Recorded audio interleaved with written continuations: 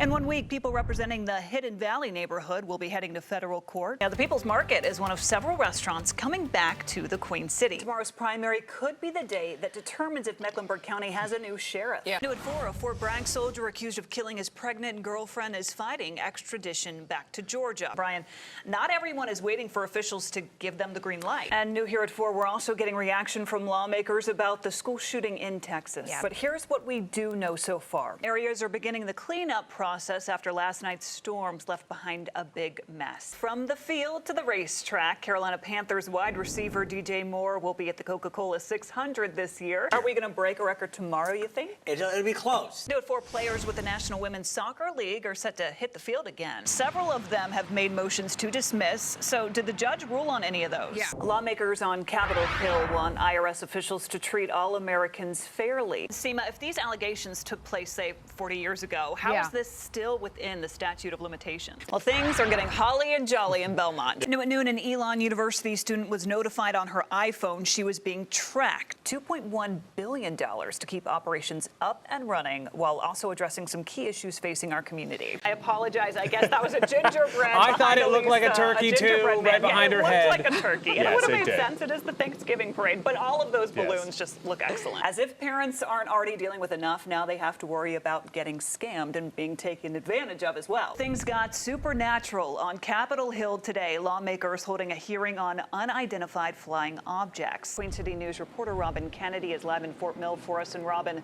what are moms doing to help each other out right now? NCDOT crews will be leaning on help from contractors in the midst of a staffing crisis. We're taking a live look now at our nation's capital, where Democrats and Republicans have reached an agreement to extend the government's borrowing authority into December. They're planning to start construction in 2024 for a tasting room for the wines, along with a production and storage facility. The first grape harvest will be in 2025.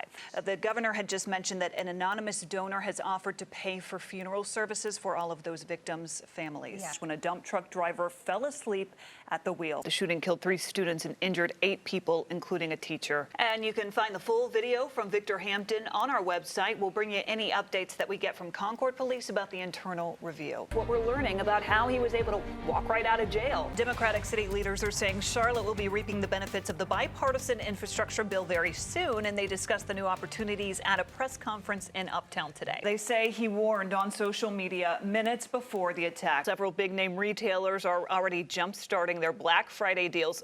Already. Our chief political correspondent, Emma Withrow, joins us live from the Government Center this afternoon. How has today's turnout been on the actual day of the election, since so many people did vote early? Giving the boys a run for their money. She sure is. Charlotte Sports Live's Carla Gebhardt introduces us to a young athlete not only making a top-tier team, but she's also the only girl to do so. We're all wearing blue because we have the Friday blues with all of this rain we've been seeing. It's almost time to flip that switch in Christmastown, USA. State workers can now get paid to teach students to help curb a massive teacher shortage. Queen City News reporter Maureen Wirtz joins us live now from Dilworth. And Maureen, neighbors say they have lost power dozens of times because of storms just like the one moving in this weekend. New at 4, a group of kids in Winston-Salem accused of ramming a police vehicle with a stolen car. All right, we're going to head to Washington, D.C., where the COVID-19 response team is now talking about the Omicron variant. So let's go ahead and listen in. The U.S. began restricting travel to at least 8 countries in Africa where there are confirmed cases. And thanks for joining us for Fox 46 News at noon. We'll see you back here today at 4 o'clock. Enjoy your Tuesday. The most local news in the Carolinas continues after the break.